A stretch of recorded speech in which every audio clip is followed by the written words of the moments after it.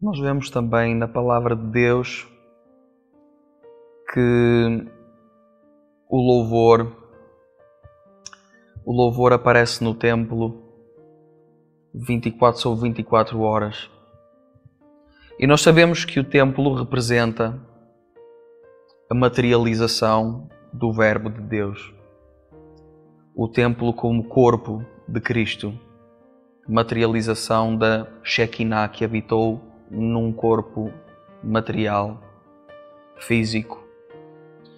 E isso revela acerca de quem Jesus é. O seu louvor é absolutamente contínuo.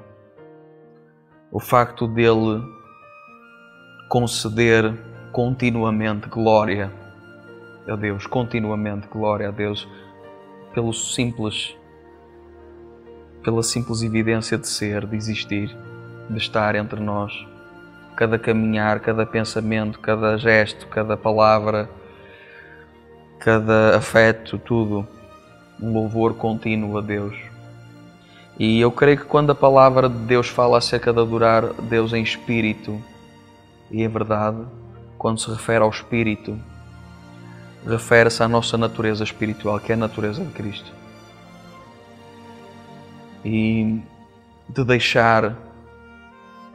vivermos pelo Espírito, de deixar o Espírito se manifestar continuamente através da nossa vida, porque isso glorifica Deus continuamente. E não é por acaso que isso atrai a presença de Deus. Deus é honrado, Deus é valorizado, é estimado, porque Ele é o nosso amado.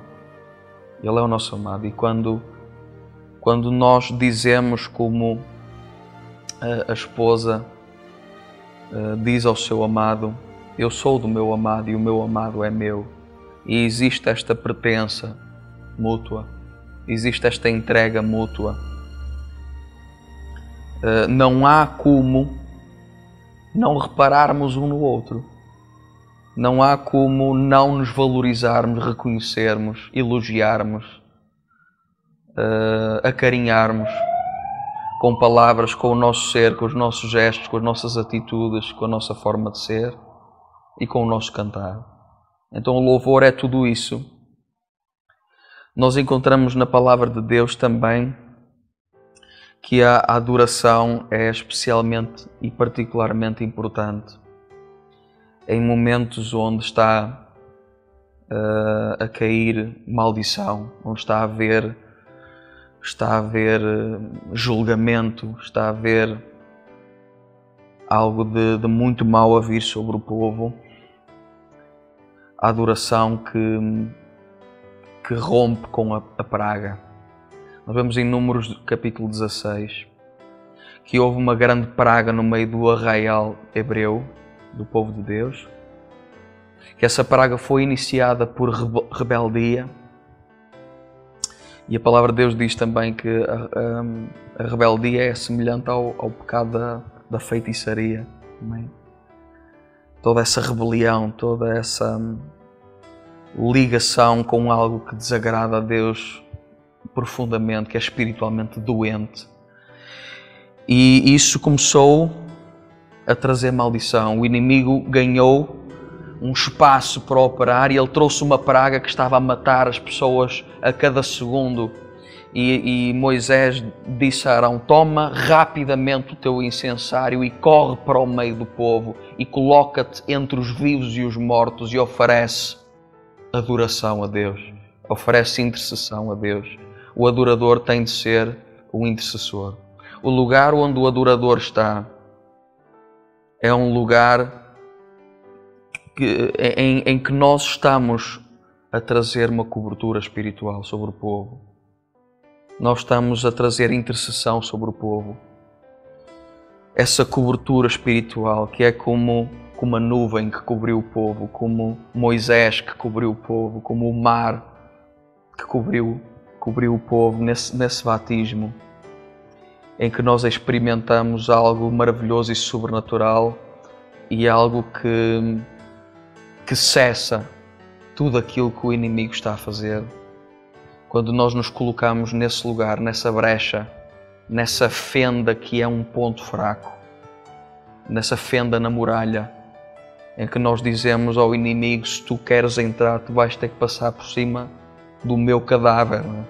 E eu ponho-me ali e eu tenho esse sacrifício, eu tenho esse compromisso, eu assumo essa posição, eu assumo esse fardo, essa dificuldade, eu assumo expor-me para apanhar com os maiores embates, para cobrir, trazer cobertura sobre o povo.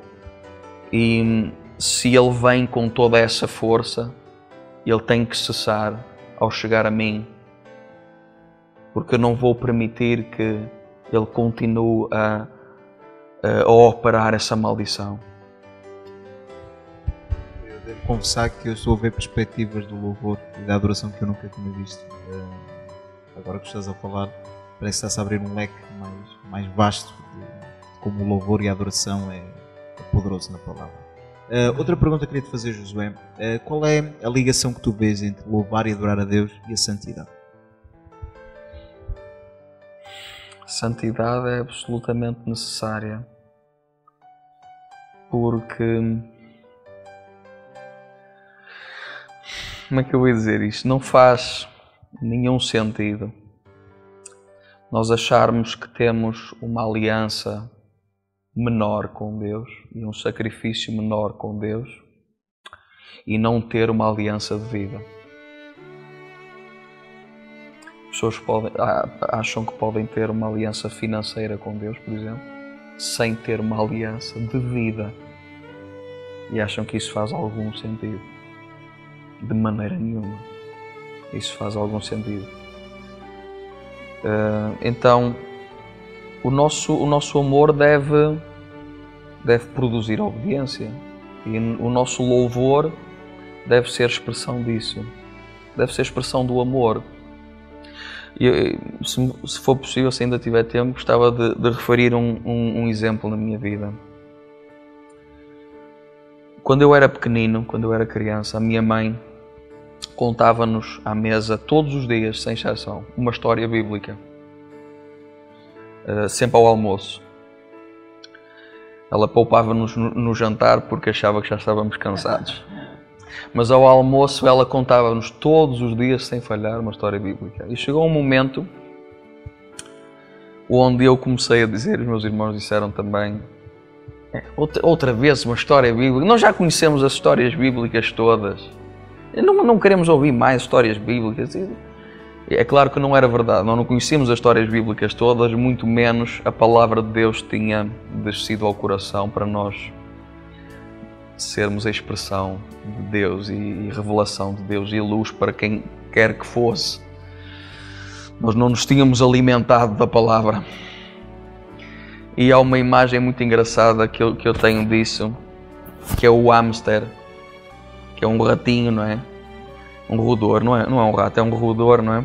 E eu vi uma imagem de um hamster que ele apanhava os grãos e estava a encher as bochechas, a encher, a armazenar, e ele ainda não tinha comido nada. E havia um grãozinho no chão de arroz que ele andava desesperado a tentar apanhar o grãozinho e não cabia mais nada, ele estava só a armazenar.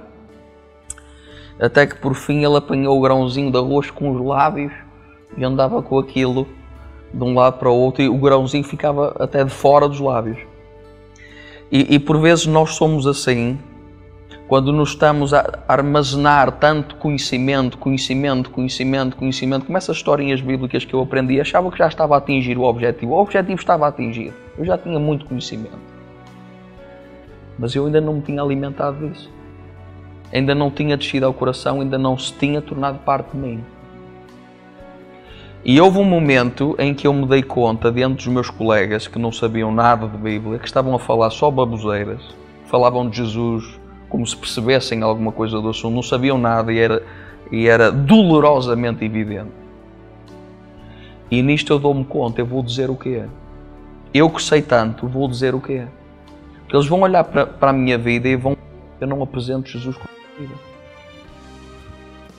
Eu diante deles estou a ser, não estou a viver, eles não me vão levar a sério. E se o não crente não nos leva a sério, é porque não estamos a ser a sério, não estamos a viver a sério. E aí eu reconheci a necessidade de não apenas amar Deus com a minha mente, mas amar Deus com todas as minhas forças, de fazer um esforço de mudança e querer ser melhor, e querer ser luz, e envolver-me mais na igreja, mais na edificação dos irmãos, mais em ser luz, mais em querer ser, em querer viver, em querer fazer, em querer revelar algo. Amar Deus com todas as minhas forças, esforçar-me nesse sentido, não apenas ter uma experiência passiva de receber conhecimento, mas de partir numa aventura, numa expressão forte de querer ser. E sem santidade, a palavra de Deus diz, ninguém verá o Senhor. E mais uma vez, como eu disse, para amar Deus, para louvar Deus de facto, é preciso olhar para Deus, é preciso notar Deus, reparar em Deus. Sem santidade ninguém vê. Ora, se não vê, não repara. Se não repara, não elogia. De facto, não é? Não elogia, elogiar é louvar. Tu vês a santidade de uma forma externa ou algo do coração? Porque, por exemplo, já se passou por várias gerações, não é? Que as coisas externas eram todas pecado. Mas também estamos a entrar numa geração que parece também que tudo é lícito, tudo é permitido, mas como o apóstolo Paulo disse, nem tudo nos convém. Tu vês que a santidade é algo interior de cada coração, conforme o Espírito Santo nos testifica, ou também tem que seguir tipo alguma regra? Isso é uma pergunta difícil. Mas a palavra de Deus diz que os filhos de Deus são aqueles que são dirigidos pelo Espírito Santo.